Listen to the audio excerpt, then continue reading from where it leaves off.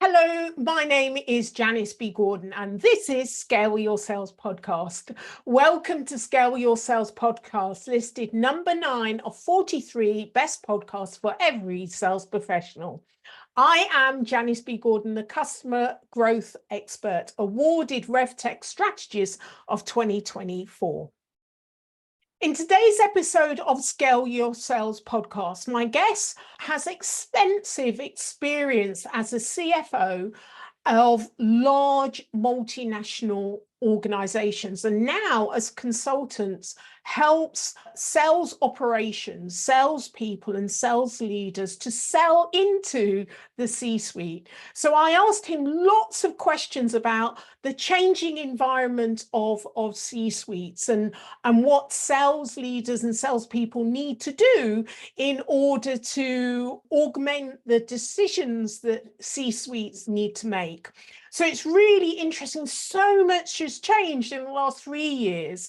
So my guest talks about many of those changes and the way of preparing, making sure you're prepared for those conversations if you're going to make a big impact. So you're going to love this conversation. My next guest is a large company CFO, Charles Schwab, McGraw-Hill, who chaired Capital Committee responsibility for the decisions on strategic and large investments. He shares his real-life experience to help sales teams better understand the executive buyer's perspective in order to help them win deals with the C-suite and develop strong relationships. Welcome to Scale Your Sales Podcast, Jacques Sciammas. Welcome, Janice. Nice to be here. Well, it's wonderful for me to be able to talk to you and really leverage your experience about working with C-suites. Now, you've got such a interesting backstory in terms of your experience of working with large multinationals as a CFO, and now as consultant that helps sales teams, revenue generating organizations to work with C-suite. So it's fantastic to have you here. So let's start there in terms of your extensive experience and how you have observed the role of C-suites transforming over the decades. Gladly. So in terms of context, as you mentioned, I've been a CFO in the large companies for a good 20 years. And the last 2 companies, I basically chaired the Capital Committee. That is the committee that basically decides on large investments, strategic investments, a lot of purchases, not procurement, but the C-suite. So usually it has the CFO, the COO, the CIO, the CMO, the CDO, and sometimes the CEO when he has to be involved in that deal or chooses to be involved in the deal. And what we do is basically the salespeople, the vendors come to us and they present to us. This is toward the latter side of the sales cycle when it has to be approved or not. And we basically listen to them, ask them questions, interaction, and then they leave, and then we discuss it amongst ourselves. And we have usually 4 choices. 1, advance with them. 2, advance with competitors. 3, do something internally if we could. And you can imagine what the 4th one is, to do nothing at all. I'd say 80% of the time it was to do nothing at all. And, when I left the corporate world, in one of my assignments, because we used to do a lot of work consulting executives, one of my assignments, one of the general managers, he said to me, Jacques, I know your past experience chairing the Capital Committee. I have my key account team, they're presenting to the C-suite of a major client. Do you mind listening to them and give us your feedback? So I said, why not? I listened to them and I gave feedback. And that's how the selling to executives company got started about 10 years ago. And what I do in these sessions is basically share my real life experience. So a lot of the training is how to sell. This is more how we executive buy, and it's complementary. So they put it together, and hopefully it advances a lot of their understanding of how we decide and how we choose vendors. So I'm particularly interested in how you see the C-suite transforming over, the last, I mean, so much has happened in the last 5 years, let alone 10 years. Yeah, So, in the kind of advice you've given, we know that C-suite's leadership teams have grown in number. We know that risk is a big element. And you've also mentioned that 8% of the time when you were sitting, in those meetings, 80% of the time it was do nothing. Well, I really would like to dig into that. I mean, you would think the do nothing decision would have happened a lot earlier before you get into having all of those important people around the table, taking them their time discussing the issue. So I really want to dig into what has changed and within the C-suite environment, the kind of discussions that they have, the kind of considerations that they would consider at that now. Okay, so let's break it up into two pieces. Why the do nothing most of the time? And the second piece I'll talk about is what has changed in the C-suite. Yeah. And as you pointed out, a lot has changed in the C-suite. So the do nothing, usually we did nothing because either it wasn't compelling enough as a value to us, or basically there was too much risk, too disruptive negatively. So those are the two things that usually caused us to do no, we're not going to advance with this. And if you think about it, you talk about risk. Yeah, risk. If you do nothing, the risk is usually low. There's a lost opportunity, all the stuff you could have made, but usually you don't get fired by the do nothing. You could get fired by a bad decision and bad judgment. So that's a little bit of the psychology of a lot of the C-suite executives. We like to take risks, we like to advance, but also a lot of the stuff proposed to us is not good enough, to put it very bluntly. So that piece of it related to, and sometimes I like a couple of things that are a little bit, they do nothing. Quite often we have two very good providers. Both of them will provide value, both of them solve our problem, but the gap and difference between the two is very small. So we're not sure what is the right decision for us. So we're going to keep talking till we figure out a bigger gap. And this is because, yes, A is better than B, and we're comfortable with that decision. And it could be through negotiation. It could be through other KPIs that are important to us. So that's a do-nothing story. The second piece of the C-suite, how it has changed or transformed. And you're right, over the last 10 years, it's changed. Over the last 5 years, it's changed. But especially over the last 3 years, it has changed a lot. And it has changed in two ways. One, as you pointed out, the C-suite has gotten bigger. So there are more people reporting to the CEO. And a lot of my comments relate to the large companies, the billion-dollar companies, and the C-suite. And when I say the C-suite, I'm not just talking about the CEO of the billion companies plus, but the people who are really decision makers, depending on the size of the company. And what you have is, it used to be the classic C-suite, where you have basically the CEO, CFO, CMO, CIO, CHRO, the usual suspects. But now there are a lot more new positions, like Chief Digital Officer, Chief Data Officer, Chief Transformation Officer. You can go on with all these C's that are popping up for a couple of reasons. Digital transformation was a big, everybody wanted to digital transform, and AI. I mean, the two letters that are scaring a lot of the C-suite are AI, because it's here, we got to deal with it. We can't ignore it. It's not like to do nothing. That's not an option anymore. Okay.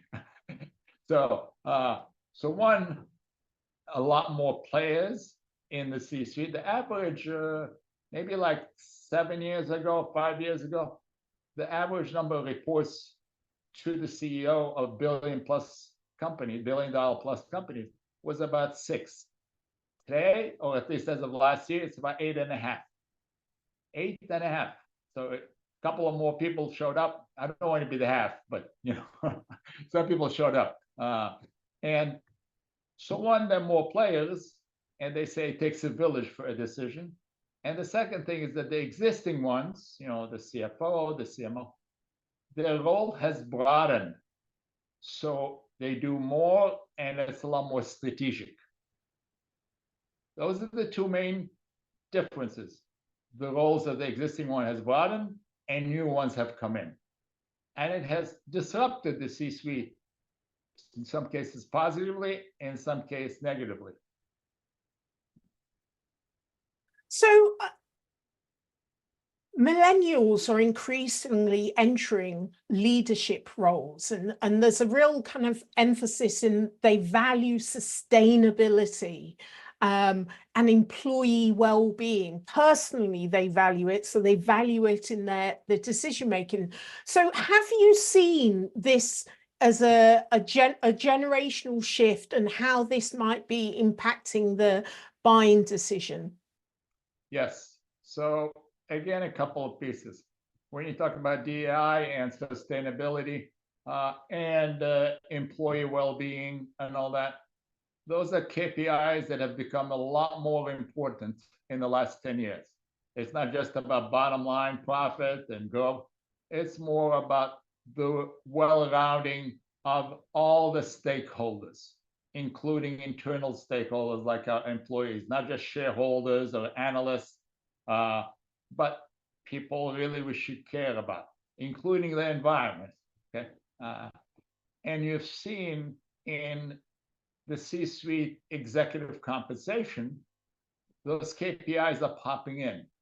So you have some people who are basically compensated in terms of their bonuses on how well they have contributed to the sustainability efforts, or how well their employee satisfaction is. And fortunately, that's popped up a lot more in the last 5 years. Unfortunately, it's still not in most executive comp plans. So it has to change. I've always said, if you want to know what's important to a C-suite executive, look at their comp plan. And those that are variable, those will tell you what they're really interested in. Because you can talk the talk, but you got to walk the walk. Yeah. So about maybe 25% of C-suite executives have some KPIs relating to sustainability or employee satisfaction. But 75% of them don't. Right. Okay, so from your perspective, what are the key elements of salespeople, key elements that salespeople should focus on to establish trust with the C-suite executives, this evolving C-suite executives? So there's a lot of stuff that's common and basic and logical. Like you have to basically know what's important to us. You have to be able to identify with our challenges, our needs, our pains. Don't talk to me about your products, your solutions. Talk to me about my business, my company, my industry. All of that is known, but important to be reminded. Okay? The stuff that is missing still in most, I'd say most because a lot of them are good at it, but most of them are not, are things like empathy. When they polled the CEOs, they said, what is missing with a lot of the salespeople, in your opinion? And the number one thing was empathy, which is understandable. We are humans. We control budgets. We have maybe some senior roles, but we're still humans. So you have to think of yourself as what's important to us as a human being, not just as a CEO or a CFO. Okay, that's very important. And that comes across. You can't fake that. Like you have to fake it till you make it. Well, we can see through that. We've had experience. We've seen people who are genuine and people who are not. So the number one advice I give to salespeople at whatever level, or whatever company, is put yourself in the shoes of that C-suite executive. As if it were your industry, your company, your function. Put yourself in their shoes and think as if it were you, and you'll understand a little bit better of what's important to them. And you can identify, and trust is a very strong word, but it's a journey to get to trust and getting me to trust you. But that's a minimum beginning to really put yourself in my shoes. I think this is really interesting based on the, the last two questions, because you said, CEOs say the one thing that's missing from salespeople when they approach us is empathy. But previously you said only about 25% of C-suite are incentivized with well-being, empathy, understanding their own internal customers, which are their employees, and looking at it from the employee's perspective. So it's interesting, within the C-suite they don't have the KPIs. You said about 75%. There's a long way to go internally, but their expectation externally, people approaching them, should have that. It's a very valid point. It's not intended to say that all C-suite executives are hypocrites, but it's another way of saying that when you talk about the bottom line of the C-suite executive, they still want to make sure they get that on their side rather than risk it when they don't deliver. And that is unfortunate. That's what I mean. I wish it could be changed, that every C-suite executive has DEI in their executive comp and employee well-being in their executive comp, because then you're going to have a huge mind shift in terms of the results and happiness of the employees and the environment and a few other things. Don't misunderstand me. I don't want to take anything away from revenue growth and profit margin. Companies are for the purpose of making money. Those are the for profit. Shareholders put in their money and they want a good return on that money. So make that the bigger piece of the pie. But don't forget there's a piece of the pie that has to really help everybody, not just your pocket. We're living through very interesting times when we think about, what's happening in America, and the comparison with the initiatives, D&I initiatives in Europe. So you're working in you have offices in kind of both feet in both continents, really. So from your perspectives and the C-suite, what do you think are, for companies, because there's politics, one thing, but actually within companies, within the C-suite, what do you think are the real kind of stark differences and similarities that's happening in those discussions in the boardrooms? So you can't totally segregate the political side from the corporate side, because in real life, a lot of it is the boys' club. I'll be the first one to say, okay, number one.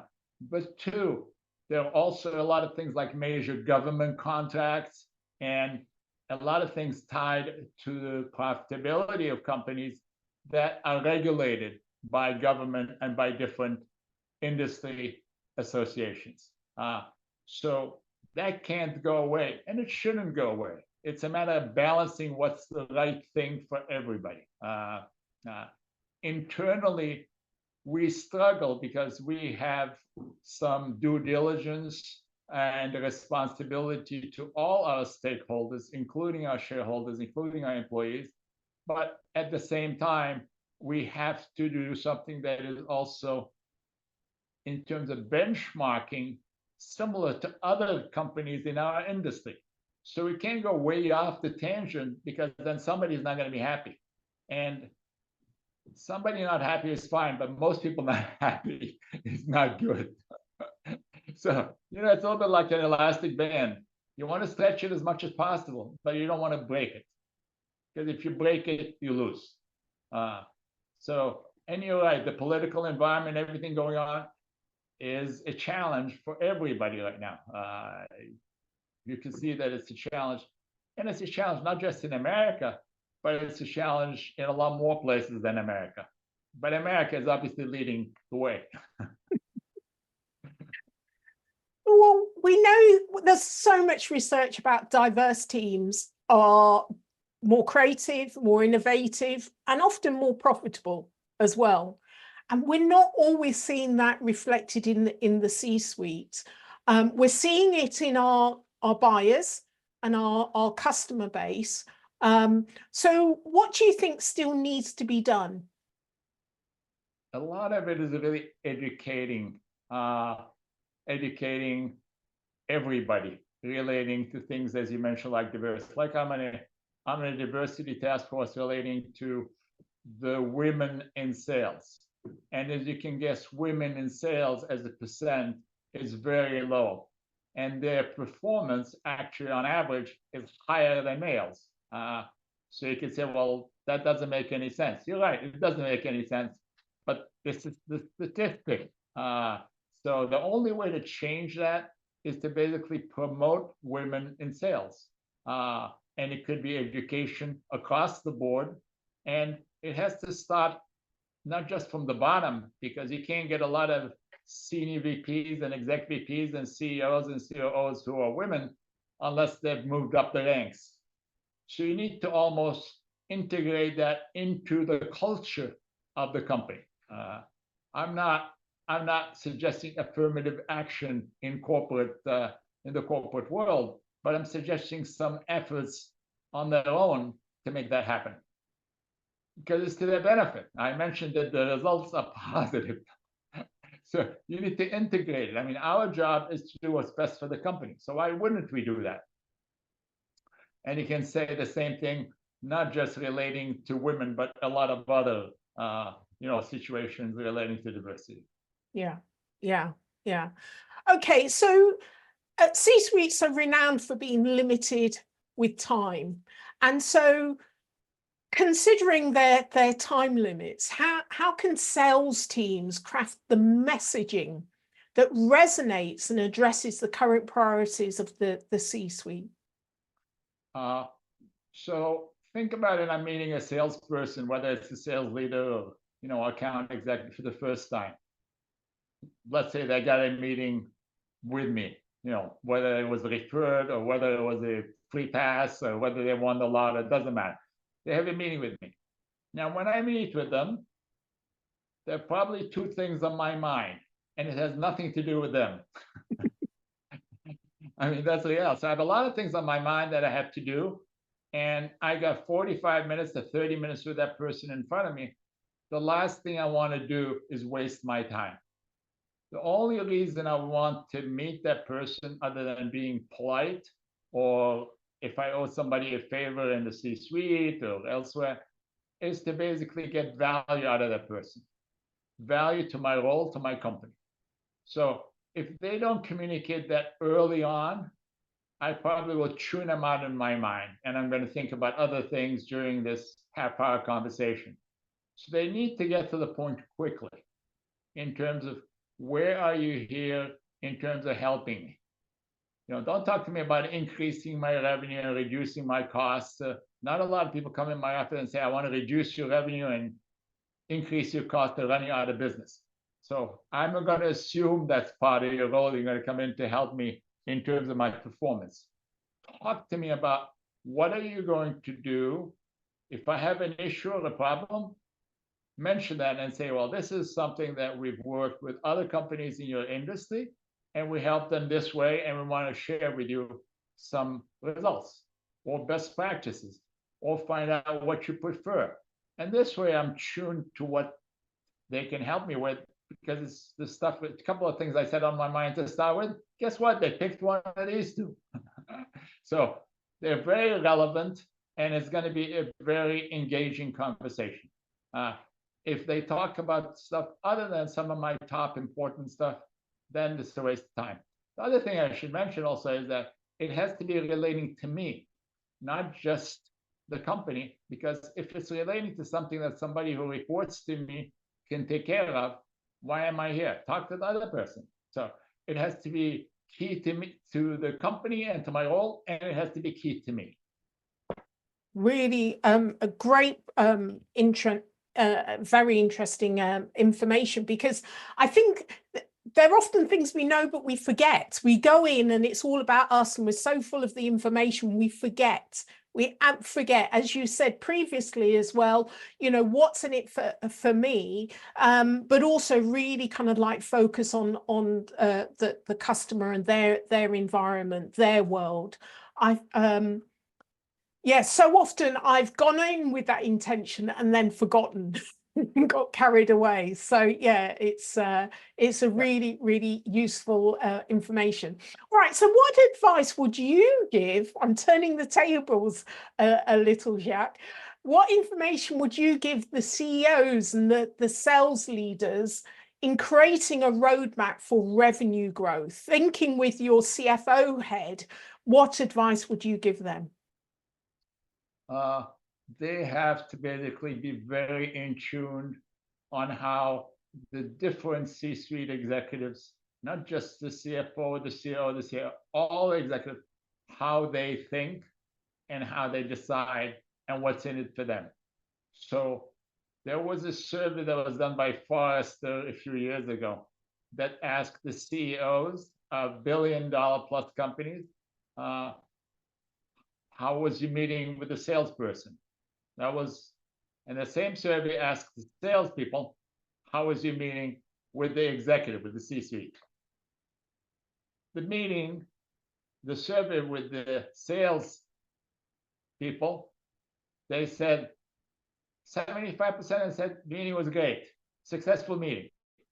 When they asked the CEOs that same question, the CXOs, their answer was 80% of the time the meeting was a waste of time.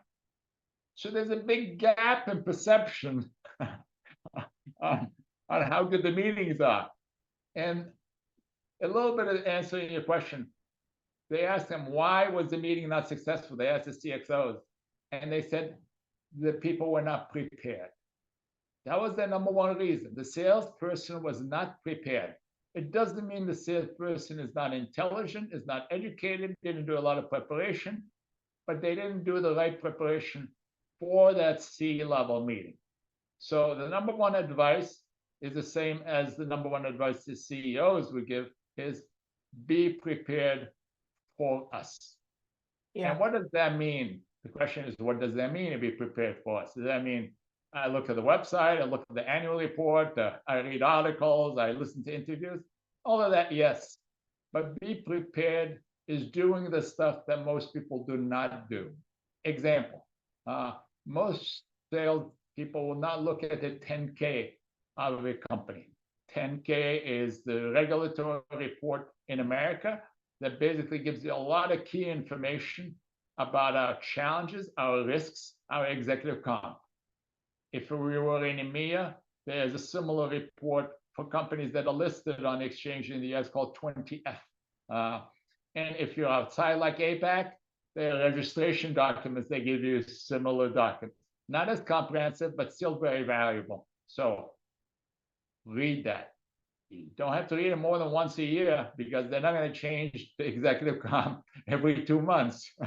But read it to know what is driving me. What are the things that I'm challenged by? If you look at risk factors, for example, we work with lawyers in terms of what to put in there in those regulatory reports. So if you see we put something about risk factors in there, that means this is some of the stuff that we're worried about that keeps us up at night. It's almost like a call for help to vendor solution providers. Do you have anything for us? If you prepare that and read that and know how to map it with whatever you have, then you're very prepared. If you know what's important to us in terms of what's in these reports, you're very prepared. But like I said, no more than 5% of those salespeople do that. And now, in all fairness, a lot of these salespeople beat their quota, are successful, so they don't think they may need it. But you can differentiate yourself so much more. It's a little bit like Jim Collins' book, Good to Great. You're good now, but you could be great.